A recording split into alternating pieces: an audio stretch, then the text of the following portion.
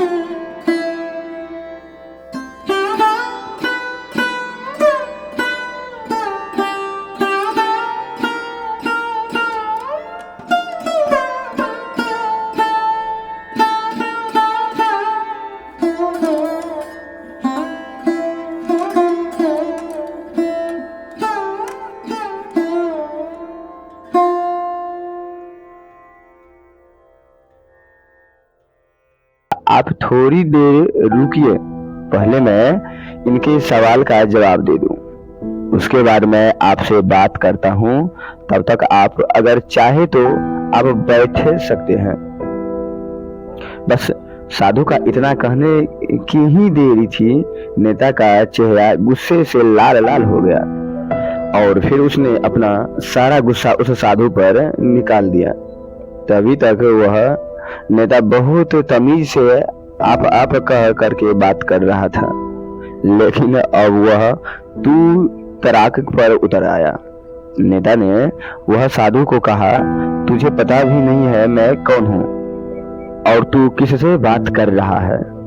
साधु ने उसकी तरफ देखा और कहा, मुझे इससे कोई फर्क नहीं पड़ता है कि आप कौन हैं, लेकिन आप जो कोई है, अगर आप चाहते हैं कि मैं आपके सवाल का जवाब दूं या आपसे बात करूं तो आपको कुछ देर रुकना होगा।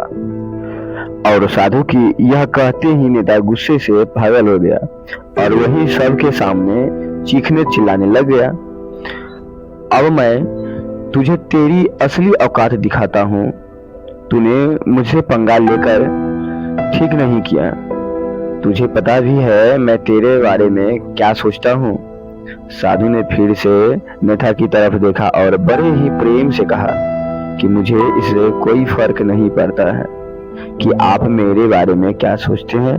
आप जो चाहे वह मेरे बारे में सोच सकते हैं। फिर नेता ने उससे कहा कि तू चाहे सुनना चाहता है या नहीं, लेकिन मैं तुझे यही सबके सामने बताऊंगा कि मैं तेरे बारे में क्या सोचता हूँ।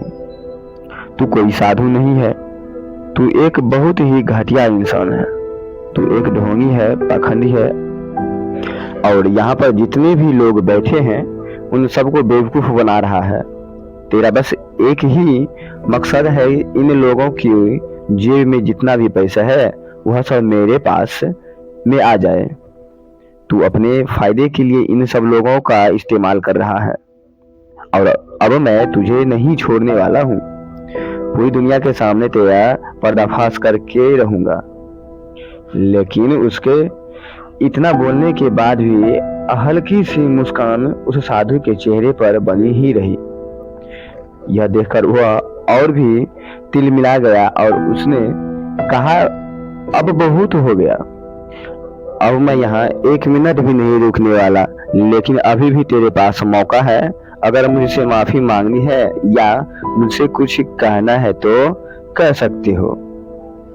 बस इतना सब होने के बाद भी साधु ने चेहरे पर एक मुस्कान थी और वह बिल्कुल शांत था।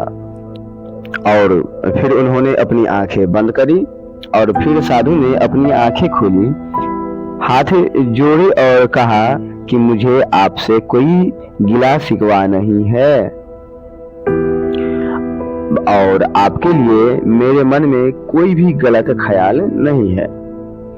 जो भी मेरे बारे में आपने कहा वह आपकी अपनी सोच थी, तो मुझे आप में कोई भी बुराई नजर नहीं आती है।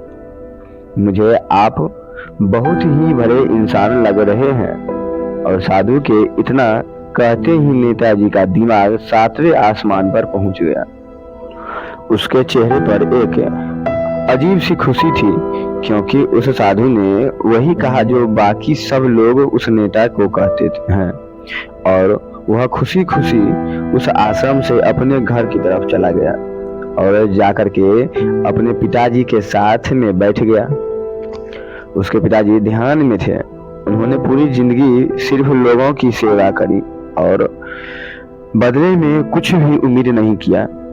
तो थोड़ी देर बाद जब उन्होंने अपनी आंखें खोली और देखा अपने बेटे को अपने साथ बैठे हुए, तो उनके बेटे के चेहरे पर आज एक अजीब सी खुशी थी जो आज से पहले उन्होंने कभी नहीं देखी थी। फिर उसने एक एक करके सब कुछ बताया कि आज क्या हुआ, किस तरह से वह आश्रम गया, आज क्या हुआ, किस तरह से वह आश्रम गया, यह बता करके, और वहां पर क्या हुआ, उसने क्या कहा और साधु जी ने क्या कहा।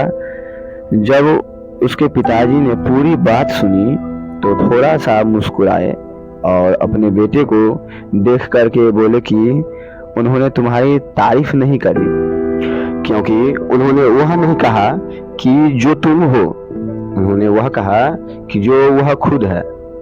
और तुमने जो भी कुछ उनको कहा वो नहीं कहा कि जो वो है, बल्कि तुमने वह कहा जो तुम खुद हो।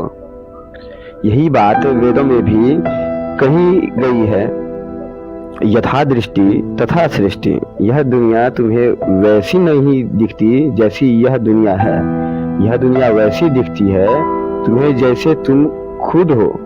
जिसकी नजर जैसी है उसके लिए यह दुनिया वैसी ही है। तो अगर तुम अपनी दुनिया को बदलना चाहते हो तो उसका सिर्फ एक तरीका है, अपनी नजर को बदलो।